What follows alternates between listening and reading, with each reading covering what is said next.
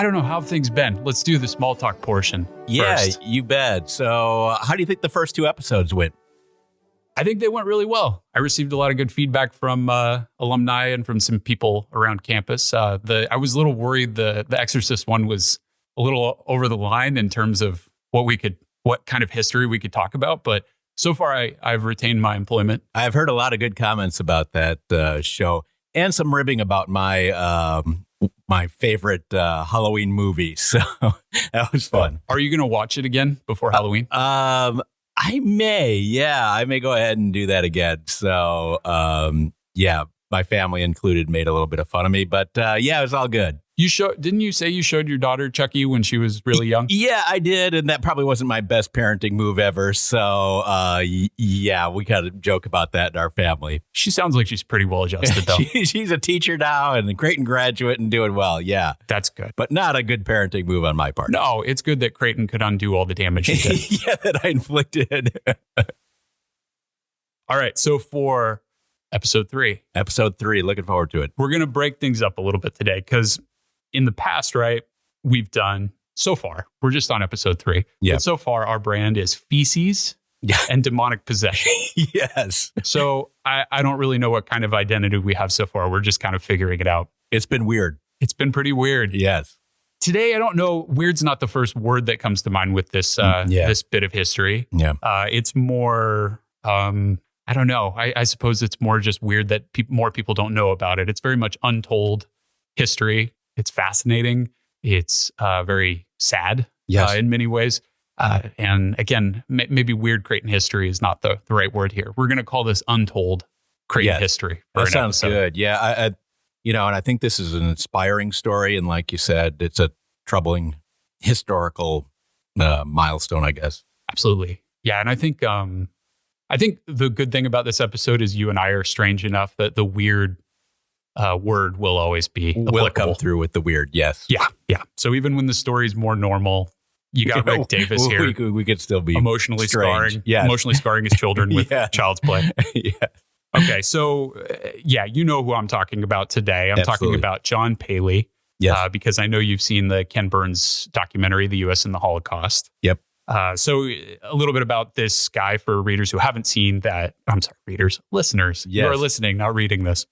Listeners who are not familiar with either the film, the new Ken Burns film, or this Creighton alum. Yep.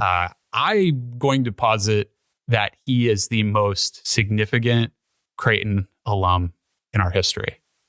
And that's saying something. Yeah, and I think we'll see.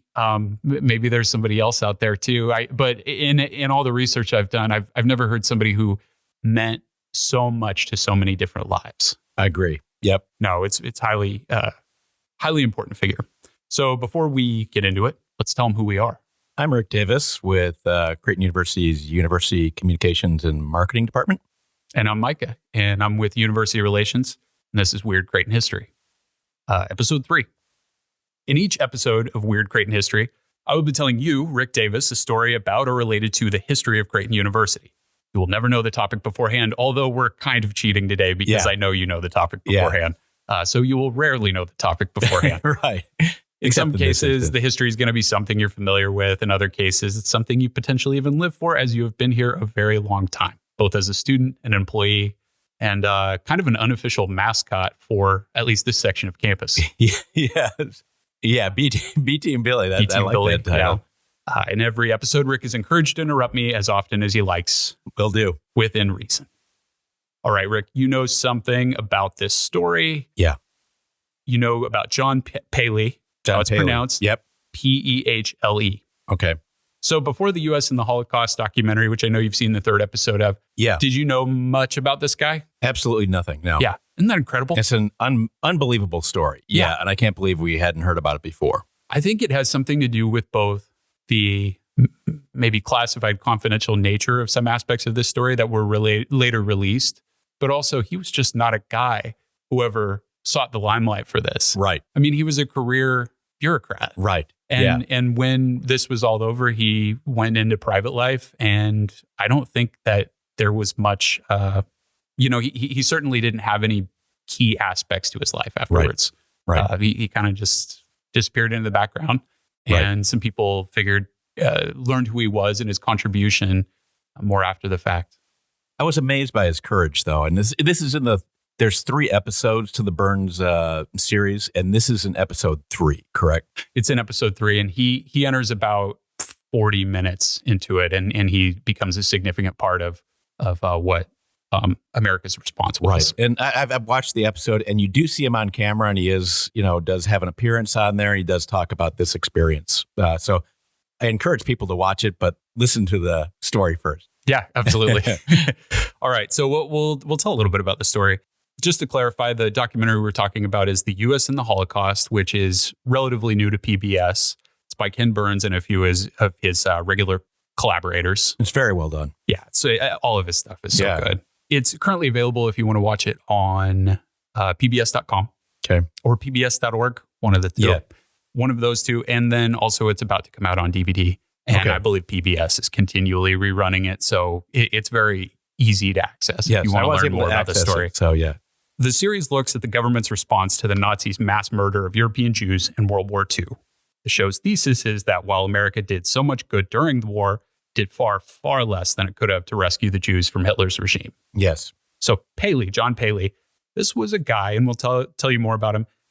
He was a guy who helped save tens of thousands of lives, perhaps even hundreds of thousands of lives. And even he later said that he thought America's efforts to help the Jews were woefully inadequate. Correct, yeah. Which is, that's just an incredible thing for the person essentially in charge of the operation to say. Yeah, yep.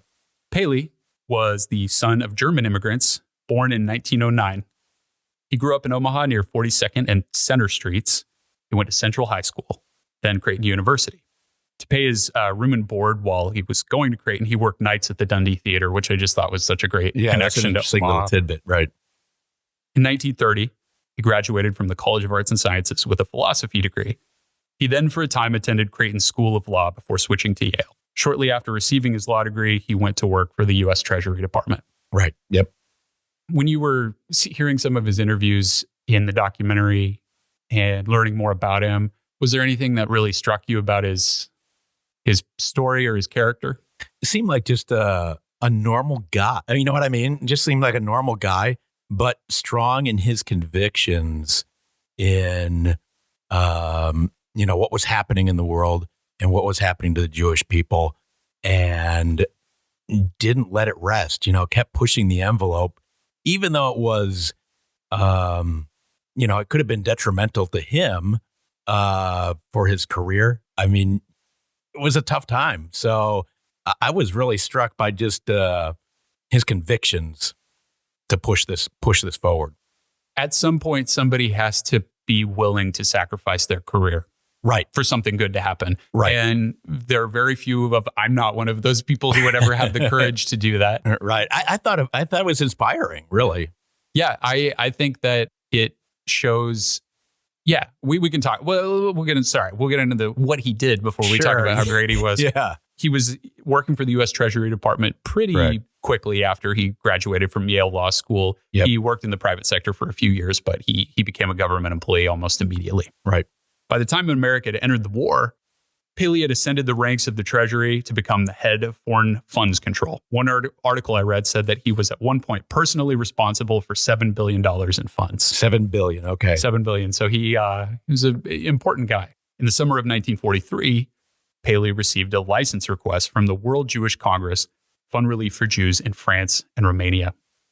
So the group wasn't asking for government money. They were just asking to be granted a license to get the money they had over to Europe to provide relief for the Jewish people. Right. The money was there. It wasn't government money. It wasn't U.S. government money. It wasn't government money. And the reason was, at least the reason the government gave was for stalling this was a fear that those funds would go to, if it were going into enemy territory, it may fall in enemy hands. And that's legitimate. I think that's a fair concern.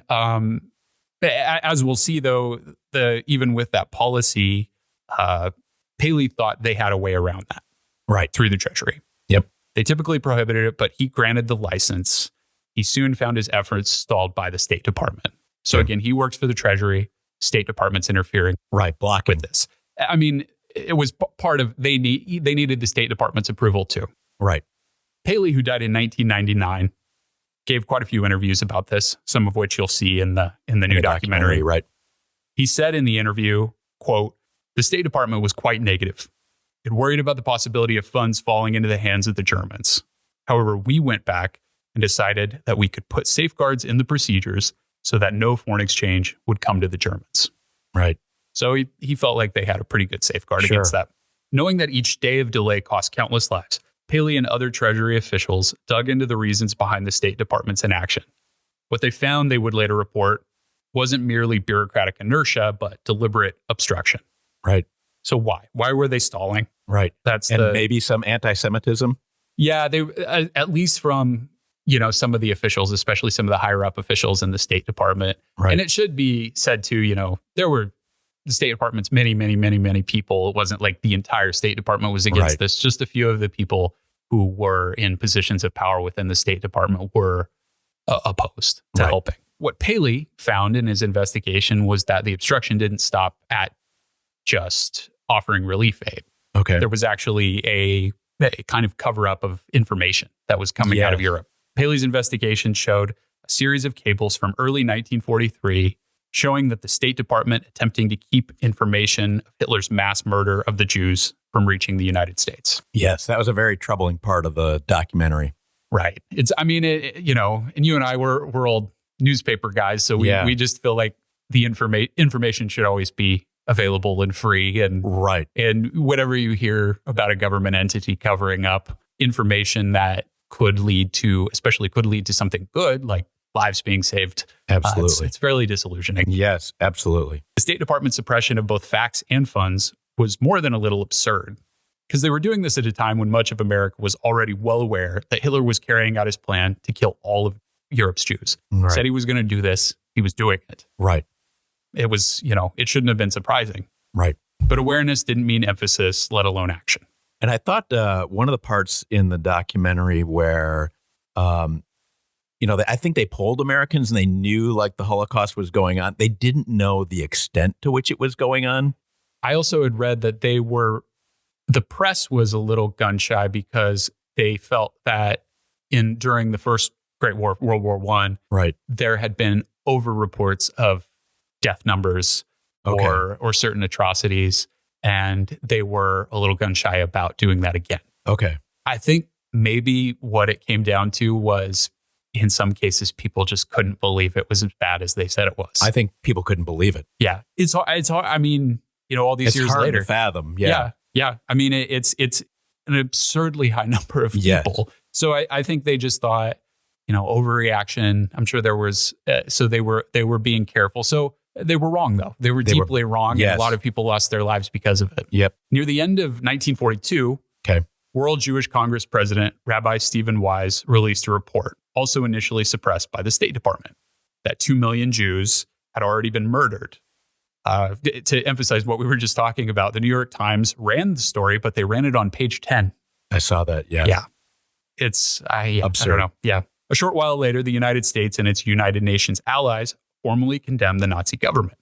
Congress introduced a bill known as the Rescue Resolution, which recommended action to save the surviving Jews. The bill passed in the Senate, but not in the House. The State Department, meanwhile, it continued to fail to act and continued to get in the way of others acting. Right. Why they failed is debated. We talked a little bit about this a second ago. A lot of historical accounts, though, point the finger at one guy. His name was Breckinridge Long, and he was the Assistant Secretary of State for FDR. Friends with FDR, too. Long was anti-immigration, and he appeared to use every legal means at his disposal to prevent the State Department from aiding Hitler's victims.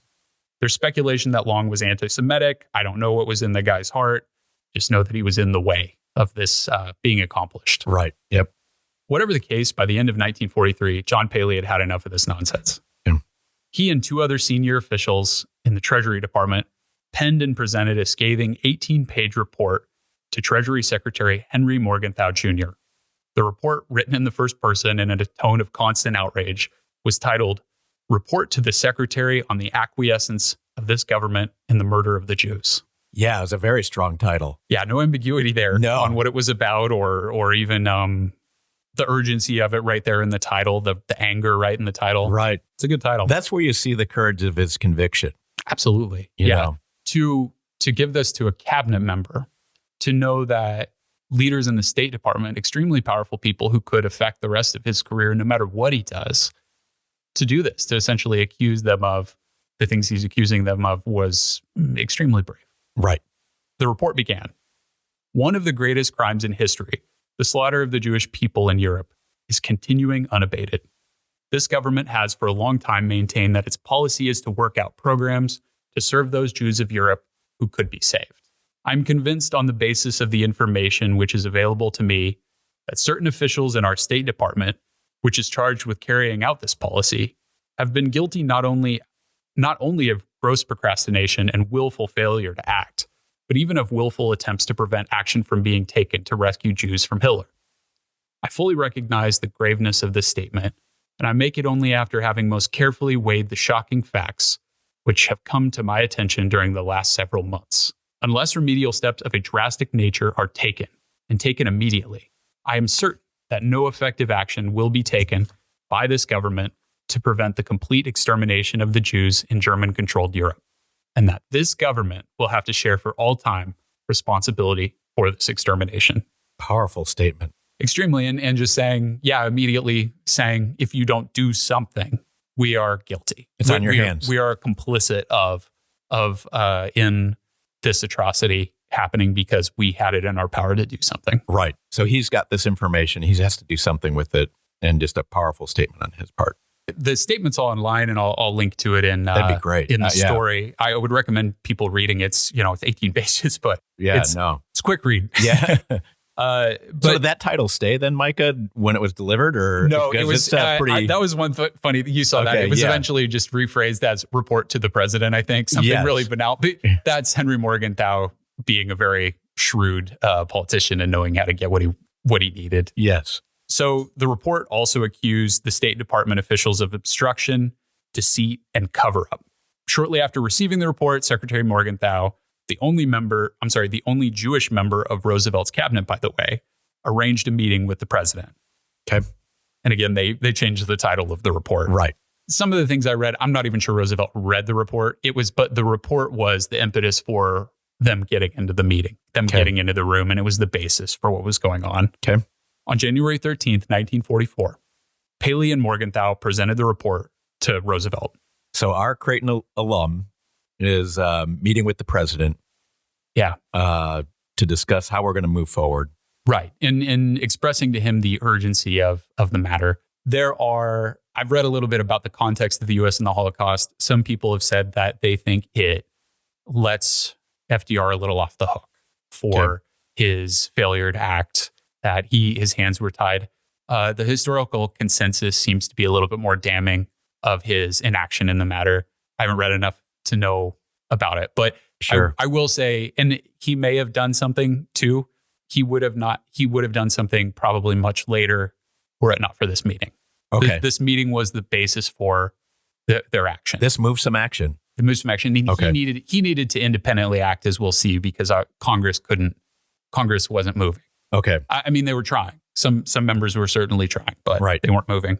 Pehle and Morgenthau also came to the meeting with a drafted executive order to create a new government agency tasked with the immediate rescue and relief of the Jews of Europe and other victims of enemy persecution.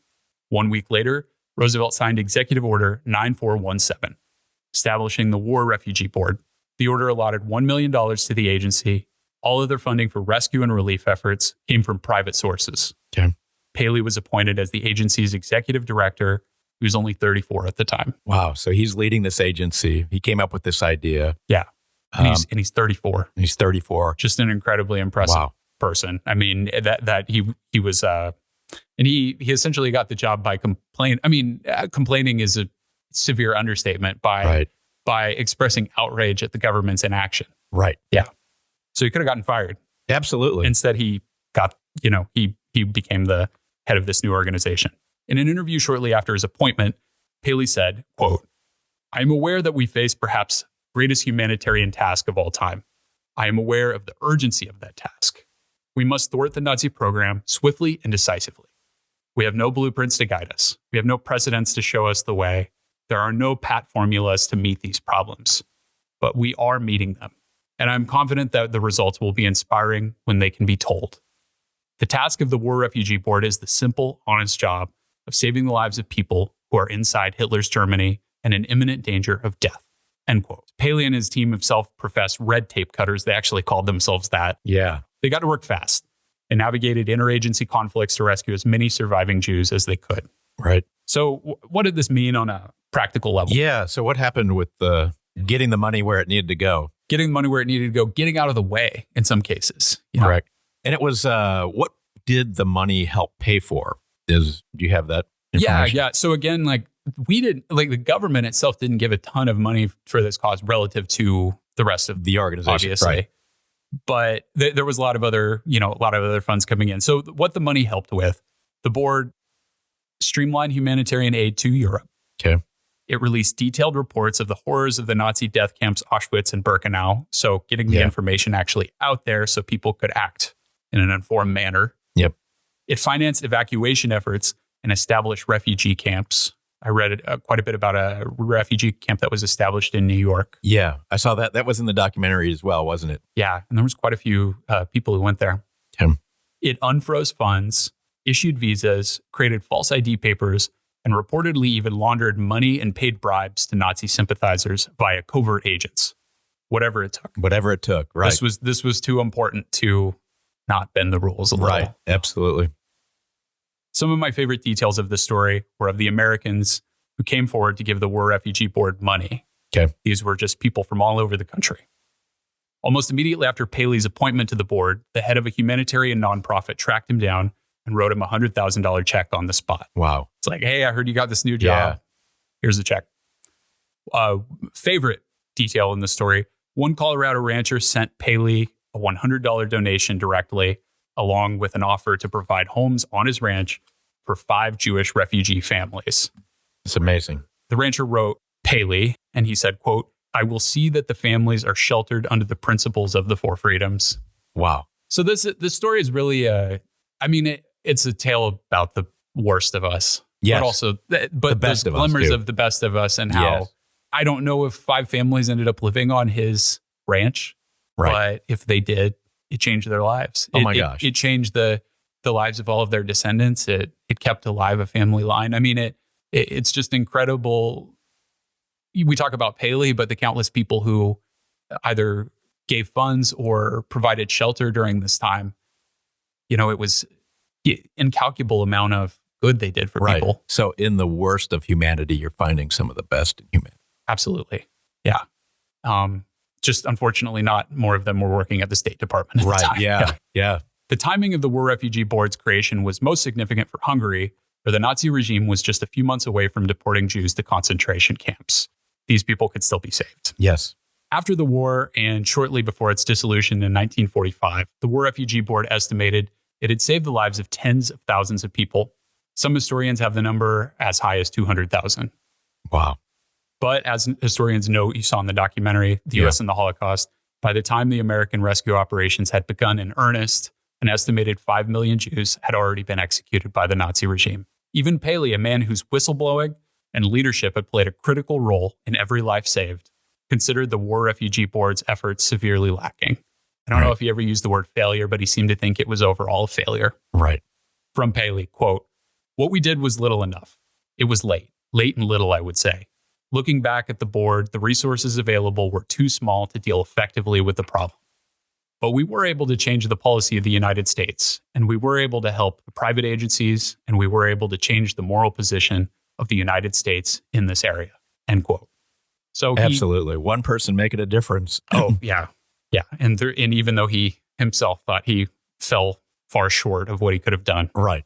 Well, when you figure the magnitude, there's never enough you could have done. No. And especially starting this late. I mean, starting so late into the war, I suppose, I don't, you can't fault Pehle for this. When he had the power to act, he acted. Right. I think the whole point of Burns' new documentary is America's tardiness in this effort. And he also made a movie about World War II and the veterans. Yes. And so he's not Ken Burns is not somebody who's necessarily just crapping on American history. I mean, he very much does acknowledge the great things that people do, but this documentary is among his more critical of how America has not in its history always done the best. Right. Yeah. I thought there was an interesting part of the documentary where there was an individual who escaped from Auschwitz. And do you remember this part? And came and talked to the president, and the president put him in touch with one of the Supreme Court justices. Can't remember the justice's name right now, but I can't either. He was a Jewish individual. So he went and talked to the justice, and the justice said, "That story is unbelievable. I can't believe it." And someone said to him, "Are you calling him a liar?" And he goes, I am not calling him a liar. What I'm saying is I can't believe it. It's so incredibly horrifying that I can't believe that would be true. So I think the magnitude of the death and the destruction is unbelievable. Absolutely. And again, goes back to probably why so many people, they couldn't wrap their minds around it. Right. And therefore it went on as long as it did. Right. Yeah. Absolutely. We didn't think we were capable of this. Right. We were a civilization. Right. And I think that's part of the documentary too, is how quickly that can unravel if you're not careful. No, very, very quickly. And I mean, obviously he is releasing this documentary, and PBS is releasing this documentary. All of his documentaries to some extent are a warning of try to learn history well enough not to repeat the worst aspects of it. But then I think we can learn something from our alum that you can make a difference. Absolutely. That you can have that courage and step forward, and people do. Like the rancher in Colorado, was it Colorado? Right. You know, that people can make an individual difference and step forward and well, and I think have an impact. I think sometimes about, in terms of morality, sorry, we're getting kind of deep here. You can help influence or even save 200,000 lives like John Pehle did. Or, I mean, the rancher saved probably, or at the least very much altered the course of the lives of 5 families. I don't know. I mean, to some extent, I think if you can just help even one person have a better life, you have proven that your own life has had value. Yeah. Yeah. So, I mean, it is inspiring. Tremendous story. Yeah. As you know, I'm a deeply cynical person, and history usually confirms my my despair at the state of human nature sometimes. But occasionally, you see people like this come forward. Right. What I think is interesting, Micah, is what we continue to do at Creighton with some programs like Nuremberg to The Hague in our law school, where we send our law students over to Europe. They get to tour Auschwitz. They go to The Hague and, of course, see the International Criminal Court there. Nuremberg, of course, where the war crimes trial was held. But to be able to stand at a place like Auschwitz, that's an incredible, powerful experience. And then to bring that back, I think our students are able to bring that back. And hopefully they make a difference in their lives and their law careers. So I think we still see how we're moving forward with helping to shape people to make a difference. Those programs are absolutely phenomenal. I think the one thing we got to do, so this is our campaign. Yeah. We got to make more people know about Pehle. Yes. I'd like to start a campaign now to get something named after him on campus. It'd be great. If not a building, then, I don't know, a room, right? A clinic. Yeah. Like he's just such an important alum throughout our history. Right. Yeah.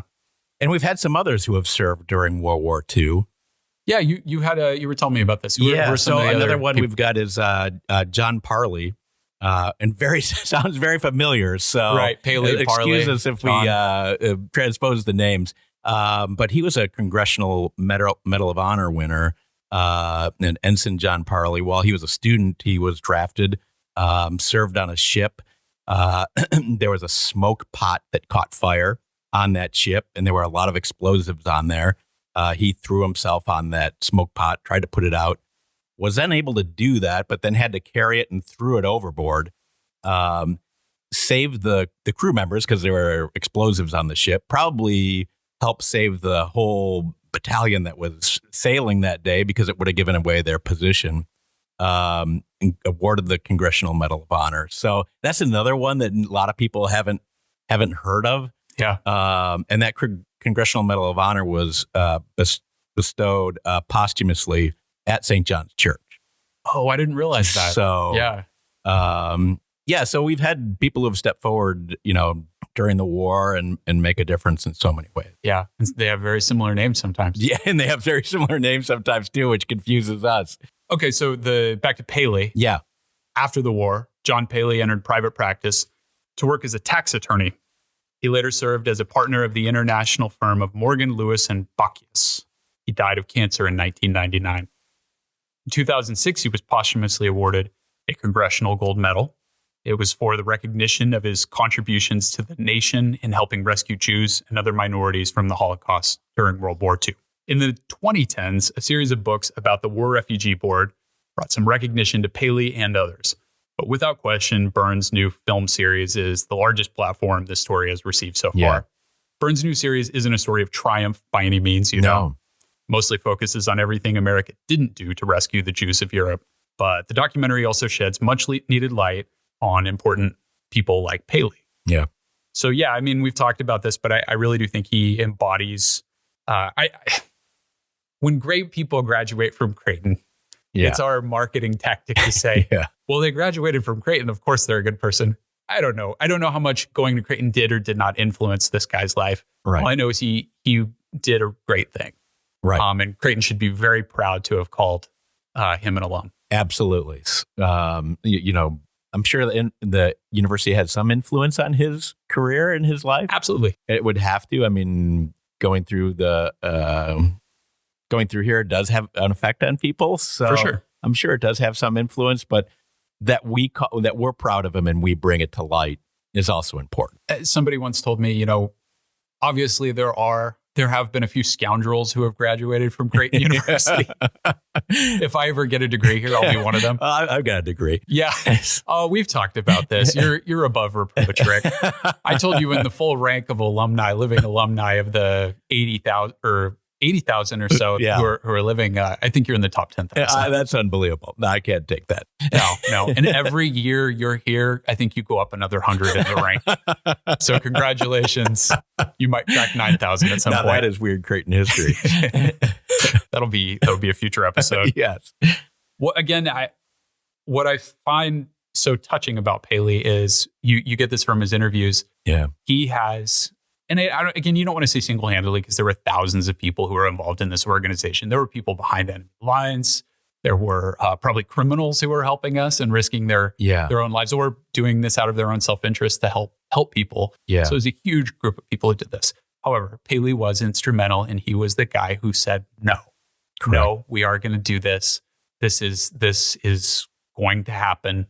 And he risked the rest of his career, told the most powerful man in the world why he had to act, and even helped draft up an executive order for him to do this.